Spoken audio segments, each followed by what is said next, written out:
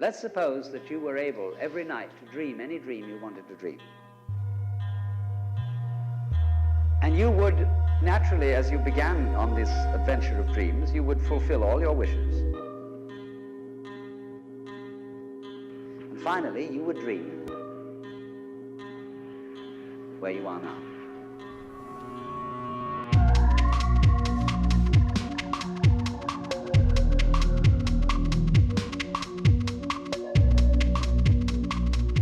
I hate school with a passion. When that alarm goes off, I hit snooze, and I just don't go.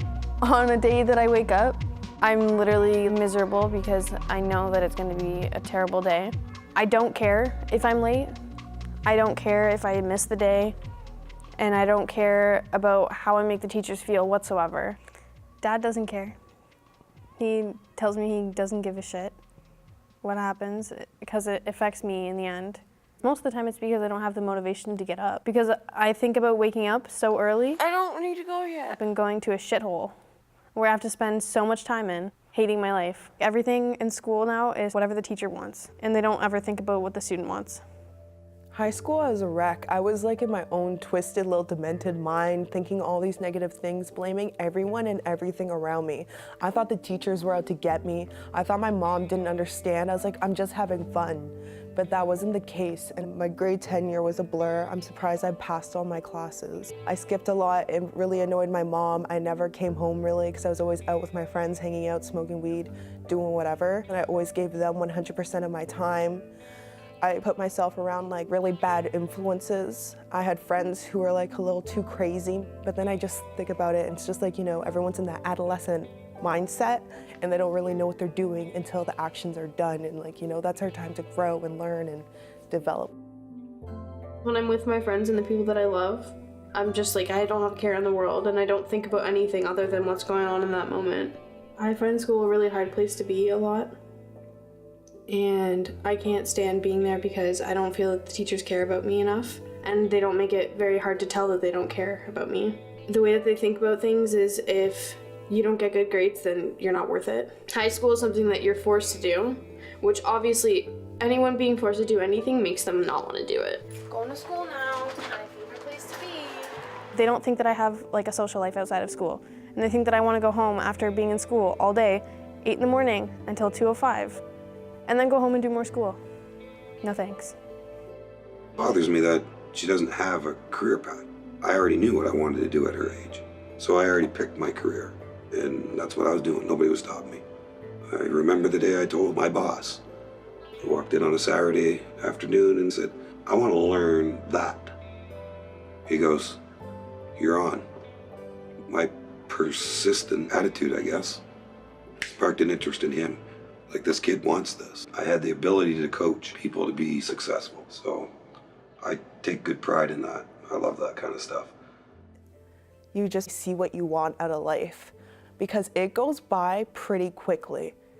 That's for damn sure. It goes by really quick. Like 4 years in high school is nothing compared to the rest of your life. And as annoying as it really is the foundation. You're not gonna beat the system. The system beats you if you don't play the game right. Ashley is not in a position to make that decision yet. She still needs to figure out what she wants to do. A lot of what he's saying is true. Like, I don't have a plan, but it's because he found something that he loved to do. And there's a chance for him to do that. I can't go be a cook. I can't even be a server until I'm 18. Be a dishwasher. That's just gonna piss me off because I'm gonna be like in the back watching everyone else cook, and I'm gonna be doing the fucking dirty work. That will make me so mad. In order to be successful, you gotta want it. You can't just think that it's gonna be handed to you in a silver platter. In order to be successful, you've got to go get it. In high school, I thought I knew everything when I didn't.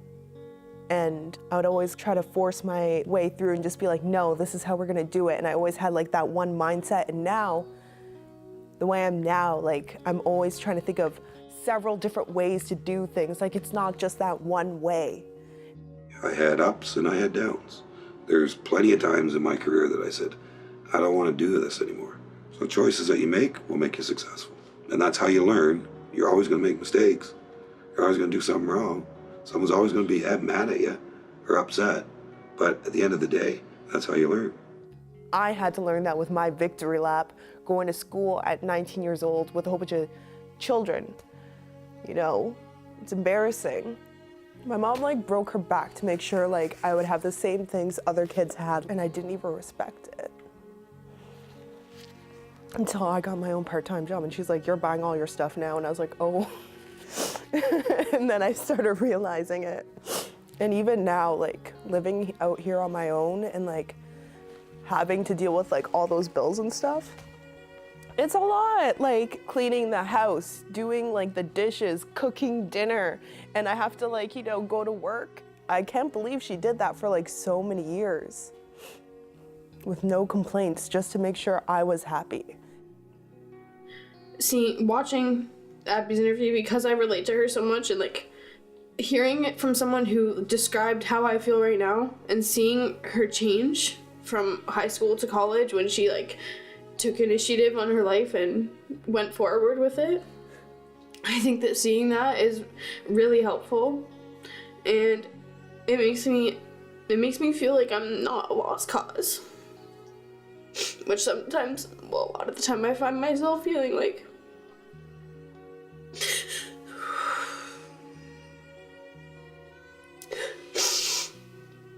Mom and Dad make me feel disappointed in myself because I know that I'm not making them proud.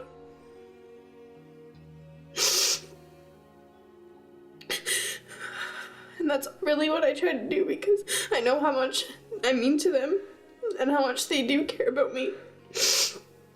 And they're the greatest parents anyone could ever ask for.